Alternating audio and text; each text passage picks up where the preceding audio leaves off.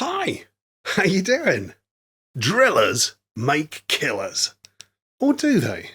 It's one of those sayings that gets repeated a lot in Brazilian Jiu-Jitsu, and superficially at least it does seem to make perfect sense. All this is true because it rhymes. But when it comes down to it, is it actually true? Is drilling something the best way to learn it?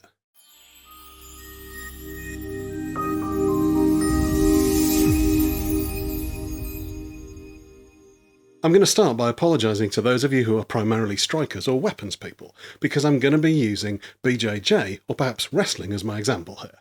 But as we're talking about learning physical skills for a form of combat, it should be pretty applicable all the same. As usual, we're going to start by defining our terminology. When we talk about a drill in martial arts, what is it we actually mean? Dr. Lim Chapsam from the School of Educational Studies in USM, Malaysia, defines it as a disciplined and repetitious exercise used as a means of teaching and perfecting a skill or procedure. She goes on to say it promotes the acquisition of knowledge or skill through systematic training by multiple repetitions. I think that's pretty comprehensive, and there's very little I could add to it, apart from to say that within a martial art like Brazilian Jiu-Jitsu, there's a clear distinction between drilling and sparring. And because of that, one of the defining characteristics of a drill in the context we're going to use it is that it isn't sparring. So pulling guard and attempting to hit a scissor sweep at the start of every roll isn't drilling.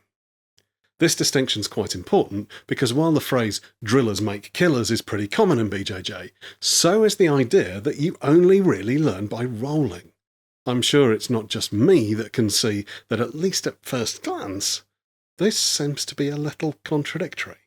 How is it that practicing techniques in a lower pressure, disciplined and repetitious manner, a drill, is the best way, and also practicing techniques in a high stress, far less controlled manner is also the best way? To understand that, we need to take a step back. Our end goal when learning a technique is to internalise it enough that we don't have to consciously decide to act. We're trying to step outside the OODA loop. Observe, orient, decide, act. We simply don't have time when grappling to consciously assess our exact position, our opponent's exact position, and work out exactly how those two are able to interact before coming up with a response. What we need is an instinctive reaction that actually helps.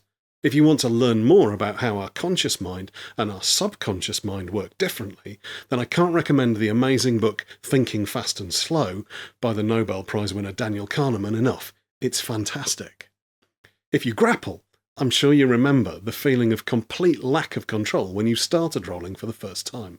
Everything happens so quickly that you can't keep up, and all your instincts are wrong. Everything you do makes it worse. The end goal of your training is to reprogram your instincts so that when you move without thinking, you actually make things better, not worse. I should probably add at this point that we actually don't really understand exactly how it is we do learn. We've got lots of partial models for learning that are very helpful. We've a good understanding of the types of things our conscious mind does, and the same for our subconscious mind. We know which parts of the brain do what, roughly, and we know that there are several different types of memory. Procedural memory, the part we use for physical skills, isn't the same thing as declarative memory, the system we use to recall facts and figures. Those memories are stored in different parts of the brain and are created in different ways. We do, however, have a lot of information about the best way to create these memories.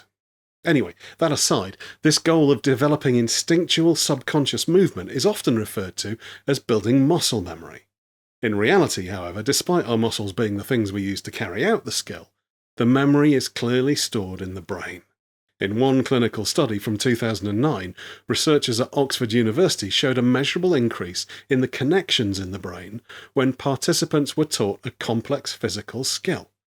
So in the simplest possible sense, we are literally physically rewiring our brains through the stimulus of physical repetition. If we do this the right way, then our ability to perform the technique moves from our conscious mind to our subconscious mind. It becomes internalized, part of our muscle memory.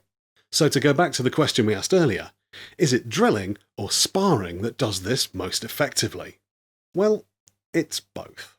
When you first learned a new technique, it probably felt pretty complicated. If you had a good coach, they were probably able to break it down into bite-sized chunks to make it easier for you to get it. But you started off watching it and listening to the description of how it was done. Then you started trying to put it into practice, slowly to start off with, often with a few little corrections from a more senior person. After a little while, it would be pretty smooth. A lot of the time in training, this is where we stop, either to move on to another technique or to start rolling. If we've managed to get the move working, then at that point, we effectively have a list of actions we need to carry out stored in our brain. But they're far from being internalized. To move this list of actions from declarative memory to procedural memory, we need to learn it much more thoroughly. A lot of people believe that the best way to learn something like this is simply to repeat it again and again until we have it. Sadly, this has been shown not to be true. It does often work eventually, but it's far from the most efficient way of learning a physical skill. There are two ways we can make memorizing a technique so it becomes internalized faster and more efficient. The first is simply to vary it. So when you're drilling a new move, get your opponent to start from a slightly different position. Maybe switch sides. Maybe grip slightly differently. Change the way they're using pressure. If there are multiple versions of the technique, try them all, then go back to the first. You should find at that point that the first version is now smoother and easier. This process is known as reconsolidation, and the proposed rationale behind it is that each variation forces your brain to recall the memory and modify it. This ensures that the common parts of the move are overwritten again and again, and therefore remembered much more clearly. It's also been found that leaving a sizable gap between training the move in different ways makes the process of reconsolidation even more effective. The optimal gap is 6 hours. So if you can do a morning session and then another later in the day, you maximise your chances of rapid progression. The second way to improve your ability to internalise a move is to make it difficult.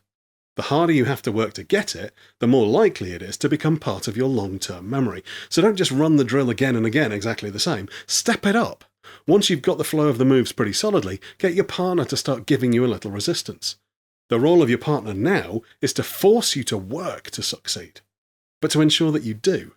If they make it so difficult you can't do it, then you learn very little. In effect, you're practicing failing. So if we accept that these methods both improve your ability to learn physical skills effectively, we can see exactly why it is that drillers do indeed make killers, but also that rolling is a great way to learn. There's little better at making you work hard to get a technique right than rolling against someone who very much wants to stop you doing it, and little better at reconsolidating that move than getting it to work in live rolling. Which is exactly why, when a technique clicks for you nice and early, you seem to just get better and better at it, and also why you quickly create your own repertoire of signature moves. In practice, what this means is that the amount of learning you get out of training doesn't increase in line with the amount of training you do. The more often you drill, the more you get from every session. Growth is exponential. So if you want to get better quickly, train as often as you can. Concentrate on your technique drills, mix them up, get your partner to make you work hard, and don't forget to roll. If you can only make a limited number of classes in a week, then try to bunch them together. That feels counterintuitive, but the evidence shows it's a far more effective way to learn. So now, over to you. Does this match what you've experienced in your training? Have you found that once you get a technique to work, it seems to be significantly easier to get it again? Does the same hold true for strikers? Stick something in the comments. I'd love to hear your thoughts, and I'll do my best to answer. If you've enjoyed this video or found it useful, then the chances are you'll also enjoy the videos I've made in the past, or the ones I'm going to be making in the future. If that's the case, please consider subscribing. If you want to support the channel in a more direct way, you can do that by hitting the thanks button under the video, or by signing up as a supporter over at Patreon. And because I scripted this video out on Halloween, if you've got this far, please comment, "Fright Team."